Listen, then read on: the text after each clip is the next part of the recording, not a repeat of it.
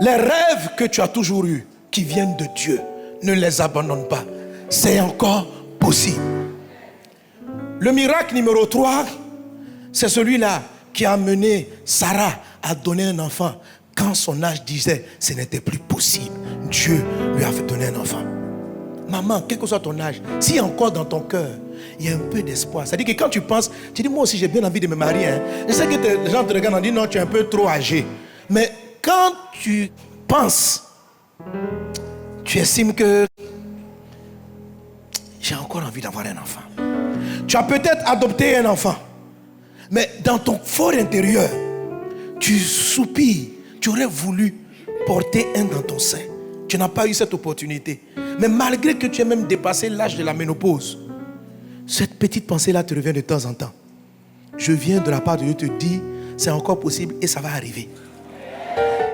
Quand, comment dirais-je, l'épouse Sarah, la femme d'Abraham, voulait baisser les bras, Dieu lui a dit, l'année prochaine, malgré cela va se passer. C'est ce qu'on appelle le surnaturel divin. C'est ce qui nous différencie, nous les croyants en Dieu, de ceux qui ne croient pas en Dieu. C'est-à-dire, Dieu nous donne accès à des choses qui naturellement ne sont pas possibles. Sinon, quel avantage tu as avec un inconverti si dans ta vie, il ne t'arrive que des choses naturelles? Si dans ta vie, tu ne moissonnes que ce que tout le monde fait, tu n'as que ce que ton travail mérite. Qu'est-ce que nous avons de plus? Le désir numéro 3 est celui-là qui t'amène dans une dimension que le monde naturel ne peut pas avoir. C'est le désir numéro 3 qui fait qu'on dit ton Dieu est vivant. Sinon, le désir numéro 1, trouver ton fleuve, c'est-à-dire ta sagesse avec laquelle plusieurs seront arrosés, c'est vrai que c'est surnaturel, mais on trouve même des païens dont la vie devient comme une source de bénédiction. Mais le désir numéro 3, aucun inconverti ne peut le vaincre et entrer dans cette dimension de surnaturel constant et chronique. Ceux qui arrivent à avoir une forme de surnaturel constant et chronique, ce sont ceux qui utilisent non pas l'eau de Dieu, mais ce que j'appelle les eaux de l'abîme. Ça, c'est la sorcellerie en fait. Voilà, il y en a qui vivent des miracles. Et ce dont je vais te parler va permettre de les vaincre. Vous savez, dans la vie, il y a des gens qui sont pas, beaucoup de gens ne sont pas naturels. Vous arrivez en mode affaire avec eux, ils ne sont pas naturels. Voilà. Vous partez, vous déposez de vos dossiers. Vous croyez que c'est toujours certaines personnes par des relations amicales. Il y a certains qui utilisent les relations amicales pour faire passer leurs dossiers. Il y en a d'autres. Ils n'utilisent pas les relations amicales. Ils utilisent des œuvres, des eaux de l'abîme, des eaux noires. Voilà. Une sœur me rendait le témoignage. Comment un monsieur est venu leur demander un prêt à la banque, ils sont des banquiers, ils ont demandé un prêt. Et quand ils ont vu le dossier, on ne pouvait pas faire le prêt. Donc tranquillement, elle et sa collègue qui devaient signer, allaient signifier au monsieur que ce n'est pas possible. La veille où elle devait se décider, les deux dames dans leur maison ont reçu une attaque. Un esprit venu dire, demain, tu signes ou tu meurs. Est-ce que tu comprends? Elle qui est chrétienne, elle s'est battue au nom de Jésus. Et le lendemain, c'est allé. Elle était déterminée, elle dit ça, non, on ne va pas signer. L'autre qui n'était pas en Christ, le lendemain, elle est arrivée comme folle. Signons. Signons. Frère, il y a des gens comme dans des marchés, on a dit, toi, tu as le marché. La nuit, quelque chose va les rencontrer. Pourquoi? Donne-moi le marché. Sinon, je te tue. Tu veux mourir. J'ai tué tes enfants la nuit, là. Il y a des prises d'otages invisibles. Et les gens signent des dossiers. On t'arrache des marchés par contrainte. Si tu n'es pas un homme surnaturel, les gens qui ont le mystique, qui sont surnaturels, mais du côté satanique, vont te créer de sérieux problèmes. Tu crois que tu travailles au même niveau que tout le monde. Il y a d'autres qui ont d'autres forces. Avec des forces ténébreuses occultes, ils peuvent capturer ton mari, capturer ta femme. Il y a des envoûtements. Ta femme, même, elle ne sait plus ce qui se passe. J'ai vu des femmes amoureuses de leur mari. Un collègue au travail. Il dit, toi, je t'aime. Elle dit, mais on ne comprend pas l'adultère, elle évangélise. Le temps de comprendre, un mois plus tard, elle ne peut plus se passer du monsieur. Oh, c'est même pas qu'il est spécial. Il n'est même pas plus beau que ton mari.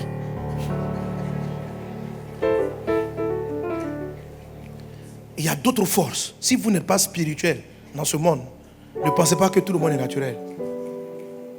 il y a des choses spirituelles. Quand Moïse rentre en Égypte, l'esclavage des Israéliens n'était pas seulement naturel. Il était aussi mystique. C'est de manière occulte que les gens tenaient compte. Beaucoup de choses qui se passent dans nos nations sont tenues par des œuvres ténébreuses. Et il y a une bataille. Je prie que par cet enseignement, Dieu suscite des hommes et des femmes d'un niveau spirituel élevé. Le spirituel, le surnaturel de Dieu, il n'y a pas de match. Dieu est largement au-dessus. Il faut que les ténèbres craignent Dieu qui est en toi.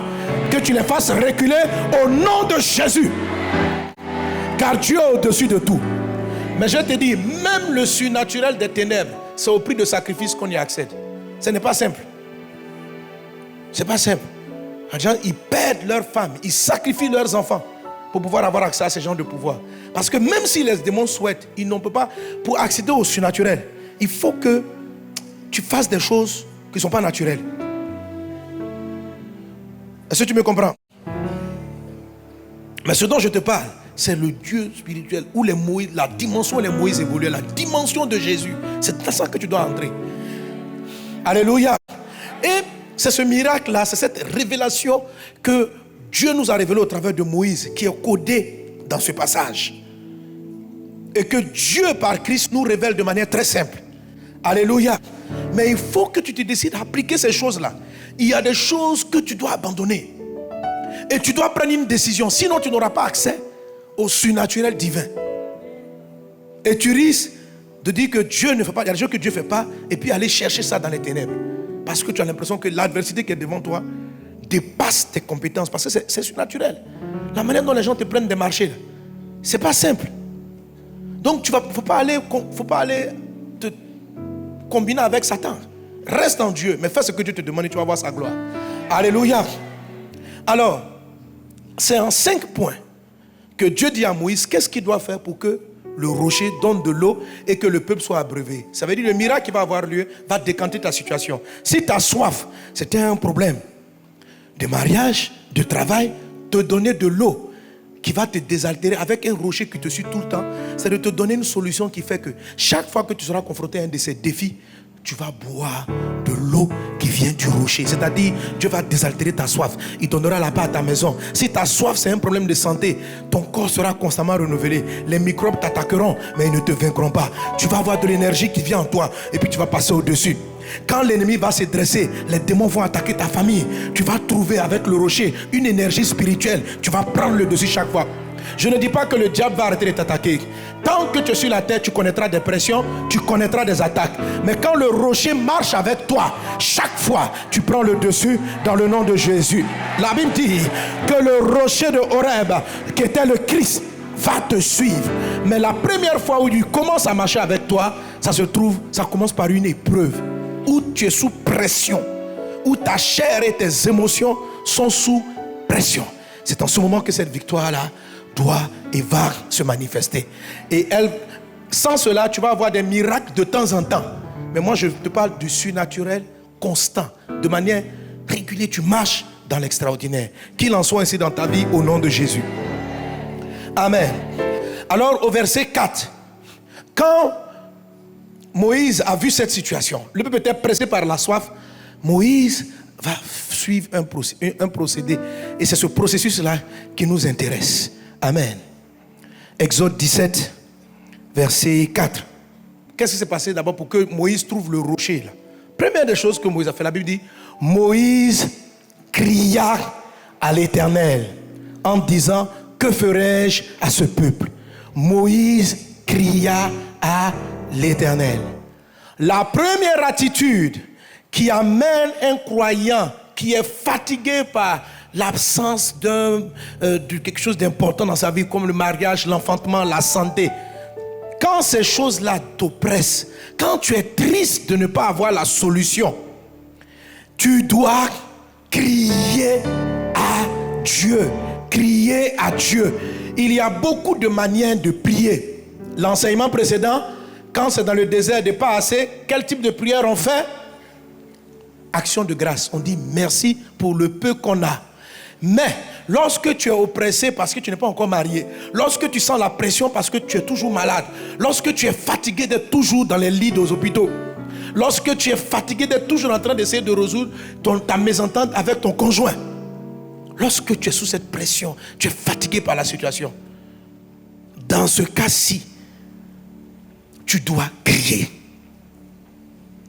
Tu dois crier. Pas crier contre Dieu. Dieu a dit, on ne crie pas contre Dieu. On crie à Dieu. Dieu n'est pas ton camarade. Si tu cries contre lui, ce que tu cherches, tu vas trouver. Parce que Dieu te frappe sans rien. Et puis il est serein. Tu dis, Dieu, je souffre. Et puis il est calme. Et puis si tu souffres, lui-même, ça lui fait quoi? Si tu meurs après, vous vous trouvez au ciel. Est-ce que tu comprends? Donc, Dieu ne t'a, quelle que soit la situation, Dieu ne te perd jamais. Tu es toujours avec lui. Que tu meurs sur la terre, tu es avec lui. Que tu sois vivant, il est là. Donc, Dieu n'a pas peur de la mort. Ceux qui marchent avec Dieu, là, quelquefois, il a envie de les voir au ciel. Donc, il ne faut pas dire, Seigneur, si je suis fâché, si tu cries sur Dieu, je vais mourir, tu vas voir. Il dit, mais on va se retrouver, mon petit. Quand tu meurs, tu viens chez moi, donc il n'y a pas de problème. Alléluia. Donc il ne faut pas crier contre Dieu. Il faut crier à Dieu. Alléluia. Le cri est une forme de prière. C'est une prière intense. C'est une prière qui sort de tes tripes. C'est une prière qui vient de ton fort intérieur. C'est une prière des gens qui sont fatigués. C'est une prière lorsqu'on ne sait pas quoi faire. C'est une prière intense. C'est une prière de supplication. C'est une prière où on crie, oh Dieu, je suis fatigué. Seigneur, c'est une prière où on pleure. On ne pleure pas pour forcer. C'est-à-dire la vie même t'oppresse. La pression, la vient te dire, petit, tu ne peux pas. Puis tu es fatigué. Moïse était oppressé par le peuple. Et il a crié à Dieu. Il faut crier à Dieu. Pourquoi Dieu le fait? Amen. C'est très important. Parce que, en fait, le surnaturel a un adversaire qui est dans ton propre corps, qui est représenté par les idées de ta chair et les idées de ton sang, ton âme. Or, tu dois rentrer, tu dois devenir un homme spirituel, une femme spirituelle. Et qui est souvent et qui reste régulièrement dans le monde spirituel. Dieu peut commencer à faire des miracles. Mais les miracles peuvent s'arrêter à cause de tes expériences passées. Les miracles peuvent s'arrêter à cause de certaines sensations. Un exemple, c'est celui de Pierre lorsque il devait rejoindre Jésus sur les eaux. Pierre a dit à Jésus, si c'est toi qui, en Matthieu chapitre 14, si c'est toi qui es sur les eaux, ordonne à ce que je te rejoigne sur les eaux. Jésus a exaucé Pierre. Il dit, viens. Donc Dieu a exaucé ce miracle. Pierre se lève et il commence à marcher sur l'eau, surnaturelle de Dieu. Naturellement, aucun homme ne peut marcher sur l'eau. Mais la parole de Christ soutient Pierre. Par sa parole, Dieu va te faire marcher dans le spirituel. Dieu va te faire marcher dans le surnaturel. Mais on va voir que le surnaturel de Dieu va s'arrêter net. Pas à cause que Jésus a changé, mais à cause d'un changement d'émotion chez Pierre. Juste les sensations ont varié. Le texte dit, mais voyant que le vent était fort, Pierre eut peur. Et comme il commençait à s'enfoncer. Donc, sur la parole de Jésus, il marchait sur l'eau. Dès qu'un événement contraire l'a contrarié, il a eu peur. Et dès qu'il a eu peur, conséquence, c'est comme si le surnaturel s'est arrêté. Il est revenu dans les lois naturelles. Et l'eau a pris l'ascendant sur le naturel. Et Pierre a commencé à s'enfoncer, Jésus l'a tenu. Vous comprenez? Ça veut dire quoi? Que Dieu peut te dire quelque chose. Dieu peut dire, je vais faire ça avec toi. Dieu peut te dire, je vais te prendre de la misère et puis te faire monter au sommet des rois. Tout ça, c'est surnaturel. Parce que naturellement, quelqu'un qui n'a pas fait de hautes études, quelqu'un qui n'a pas, peut pas naturellement accéder au sommet. Mais Dieu va le faire. Et je vois ça là arriver sur ta vie. Alléluia. Ça, dans le naturel, tu ne peux pas accéder à cette dimension. Mais dans le surnaturel, si. Dans le surnaturel, tu peux être en prison et puis demain dormir au palais comme Joseph. Ça, c'est surnaturel. C'est ce qu'on appelle l'eau qui sort du rocher. Dans le surnaturel, tu peux être dans la galère aujourd'hui et puis demain te retrouver multimilliardaire. Ça, le surnaturel peut faire ça. De toute façon, le surnaturel ténébreux là, il y en a qui le font. Hein. Ils ont des sacrifices qu'ils font avec Satan qui les propulsent du jour au lendemain dans la fortune. Ok? Alléluia. Mais il ne faut pas les imiter. Amen. Amen. C'est mieux de faire les sacrifices qui vont te conduire au ciel. Tu vas gagner sur la terre, tu vas gagner au ciel, que de faire des sacrifices où tu vas aller en enfer. Alléluia. Alors, la peur, qui est une sensation, a paralysé Pierre et a suspendu, a arrêté net le miracle que Jésus-Christ était en train de produire dans sa vie. Quel était son ennemi? La peur. La peur vient de quoi? Vient de ta chair, ou il vient de ton sang. Le sang, dans le sang, il y a l'âme. Et dans l'âme, il y a tes expériences, il y a ton souvenir. Pierre s'est souvenu qu'un homme ne marche pas sur l'eau. Et puis il y a trop de vent. Et puis c'est un homme qui fait la pêche. Donc il maîtrise la mer. Il a compris que, petit, le vent qui est là, il tue. Donc ce souvenir est venu envahir sa tête. En même temps, il a eu peur. Et dès qu'il a eu peur, le miracle s'est arrêté. Combien de personnes que Dieu avait commencé à guérir surnaturellement? Combien de personnes que Dieu avait commencé à prendre surnaturellement, les faire quitter le trou pour les amener au sommet? Mais en cours de leur élévation, ils ont entendu des bruits. Ah, pour arriver au sommet là, il faut que tu traites avec le boss. C'est quoi le boss? Si tu n'as pas fait telle alliance, tu ne seras pas élevé. Tu n'auras pas telle opportunité. Et puis tu as peur. Il te dit, le monsieur là, si tu n'es pas rentré dans la compromission, il ne va pas te donner le marché. Et puis tu as peur. C'est la peur là qui fait que la porte sera fermée. La peur. C'est-à-dire, Dieu commence un travail et tu entends du vent, le bruit des gens qui commencent à te dire par leur expérience que ça ne va pas aller loin. Et puis tu as peur. Tu oublies que tu as fait déjà les 3 premiers pas. Tu oublies que déjà, toi avant tu n'avais même pas de marché. Maintenant même les marchés ont commencé à venir. Et en cours de route tu as peur. Et tu commences à tout perdre. Les gens, les garçons même ne te regardaient même pas. Depuis après le dernier culte où on a prophétisé, il y a au moins 3 frères qui t'ont dit que tu es belle. C'est que le mariage est sur le point d'arriver. Avant on ne te remarquait même pas. Maintenant ça fait 3 frères qui t'ont remarqué. Gloire à Dieu. Tu as commencé à marcher sur l'eau vers le mariage. Parce que pour se marier, il faut au moins intéresser quelqu'un. Amen. Alléluia. Maintenant, en cours de route, 3 personnes qui t'ont intéressé, quelqu'un vient te dire, les 3 personnes là, c'est 3 faux types. Donc, en même temps, Satan vient te dire, oui, moi je ne sais pas qui vient, c'est toujours des faux types qui arrivent vers moi. Je risque de me marier avec de fausses personnes et tu te décourages à nouveau. Mais non, les faux types viennent avant les vrais types. Tu comprends? À cause des faux types. Alléluia. Amen. À cause des faux types, tu es en train d'arrêter un miracle que Dieu a commencé à faire. Dieu a commencé à agir. Avant, tu ne tombais même pas enceinte. Après la prière, tu as porté une grossesse. Peut-être qu'elle est partie. Mais ça veut dire que Dieu vient de décanter. Dieu vient de décanter ton utérus. Amen. Ce n'est pas parce qu'il y a un vent qui s'oppose que le miracle s'est arrêté. Ce qui va t'arrêter, c'est le sentiment de peur que tu vas avoir après ce qui semble être une forme d'échec, une forme de blocage. Mais ces genres de peur, c'est facile à expliquer dans le message, mais ça te surprend. Mais Pierre a coulé, et moi-même je prêche ces choses, mais devant des situations que je veux ou je ne veux pas. Moi-même je sens que la peur vient. Le doute arrive, l'inquiétude arrive. Ça arrive à tout le monde, aux plus grands hommes de Dieu, comme aux plus faibles. Donc si tu as crainte, tu as la peur, il faut te dire que ça arrive à tout le monde. Si tu lis la biographie des hommes de Dieu honnêtes, ils vont te parler de leurs doutes. Alléluia. Alléluia. Amen. Alors, le cri est très important parce que ce qui s'oppose et qui arrête le surnaturel, c'est ta chair. Donc la chair est le problème en fait. La chair est le problème. Quand la pression est là et que tu cries, le cri, c'est une prière d'enfantement. C'est quelque chose, c'est une manière de prier où Dieu va chercher dans ton esprit ce qu'il a déposé et puis il l'amène à la sortie naturelle. Le monde invisible est plus grand que le monde visible. Donc lorsque tu dois faire quitter quelque chose de l'invisible pour rentrer dans le naturel, dans le surnaturel, Dieu t'a mis chef d'État. Dans le naturel, tu es vendeur au marché de Treichville.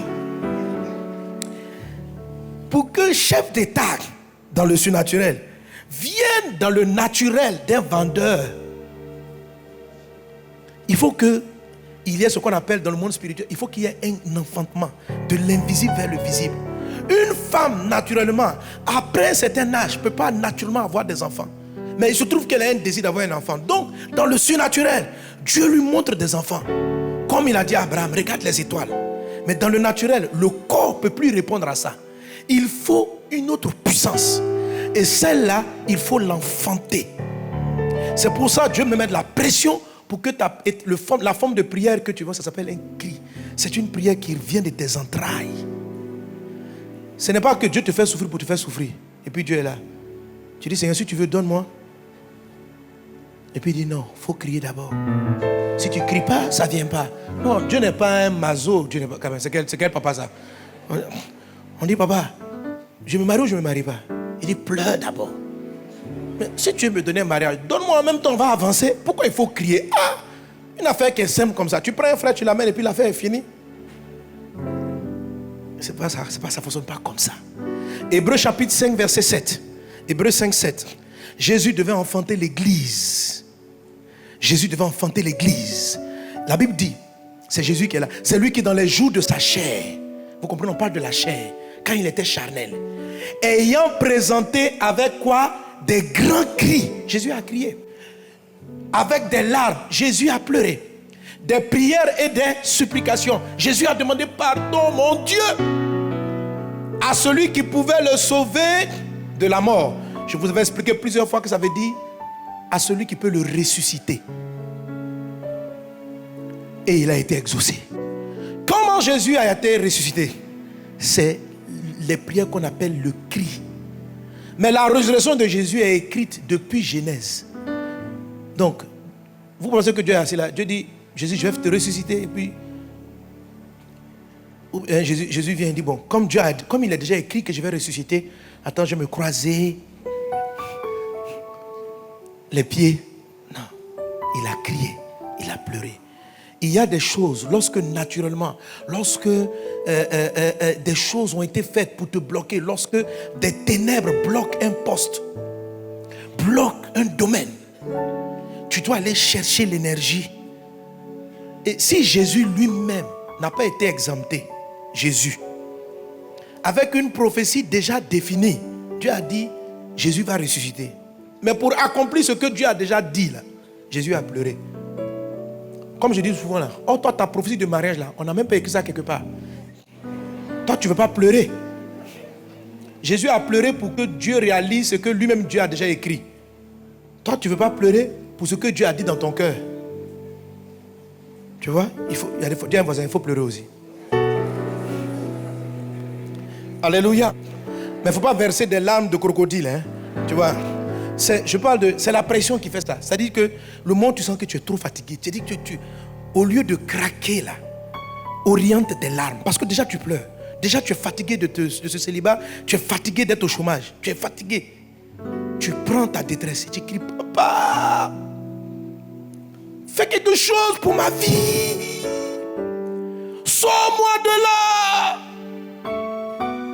Donc pendant que tu fais cette prière, il y a de la puissance. C'est ce qu'on appelle l'enfantement.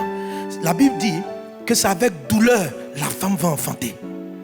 Même avant la chute, Ève devait enfanter avec douleur. Parce que quand ils ont chuté, Dieu a dit, j'augmenterai. Donc si on dit on va augmenter, c'est qu'il y avait un peu quand même. Alléluia. Donc la douleur n'est pas venue après la chute. La douleur était là, mais elle était faible. Quand l'homme a chuté, Dieu dit, j'augmenterai ta douleur d'enfantement. Donc il y en a un peu. Tout ce qui est enfantement, tout ce qui est fait venir, un être dans ton ventre, quelque chose qui n'existait pas sur la terre, un travail qu'on n'a jamais vu, un mariage hors du commun, une entreprise hors du commun, un poste qui est tenu par des œuvres occultes. Dieu te dit, je vais te faire régner. Il faut que tu cries. Il faut que tu cries. Pourquoi? Tu crois que les gens qui sont là-bas vont te laisser? Les forces ténébreuses? Ah non. Ils vont se battre. Ils vont se battre. Alors toi, tu vas chercher de l'énergie pour les renverser. Tu cries. Père. C'est comme une femme qui va enfanter, qui va envoyer sur la terre un enfant qui n'était pas encore là, que le monde n'a pas connu, un être nouveau. Dis à voisin, crie à Dieu. Crie à Dieu. Crie à Dieu. Crie à Dieu. Alléluia. Alléluia. Est-ce qu'on a des crieurs dans cette salle? Il faut que tu cries. Amen. Je suis en train de te dire qu'il y a des miracles que tu ne peux pas avoir sans le cri. Il y en a d'autres que tu peux avoir en chantant. Il y en a d'autres qu'il faut avoir avec des larmes de prière. Il faut le faire. Alléluia. Donc ici, là, Moïse a crié à Dieu. La deuxième chose, on revient à ce texte de Exode 17. Donc première attitude, c'est le cri à Dieu. Deuxième attitude, verset 5 maintenant. Lisons ensemble. L'Éternel dit à Moïse, passe devant le peuple et prends avec toi les anciens. On va d'abord. L'Éternel dit à Moïse, passe devant le peuple. Dis à ton voisin, passe devant le peuple. Passe devant le peuple. Alléluia. Alors pour aller trouver le rocher, Dieu demande à Moïse de passer devant le peuple. Ça veut dire démarque-toi. La deuxième attitude qui va t'envoyer du naturel vers le surnaturel, à envoyer l'impossible à devenir possible, c'est la démarcation. Dis avec moi la démarcation. La démarcation. Tu dois te démarquer de la foule. Dieu dit à Moïse, passe devant le peuple. Ça veut dire, ne reste pas dans le peuple. Fais un peu plus qu'ils ont l'habitude de faire. Ne fais pas comme tout le monde. Passe devant le peuple.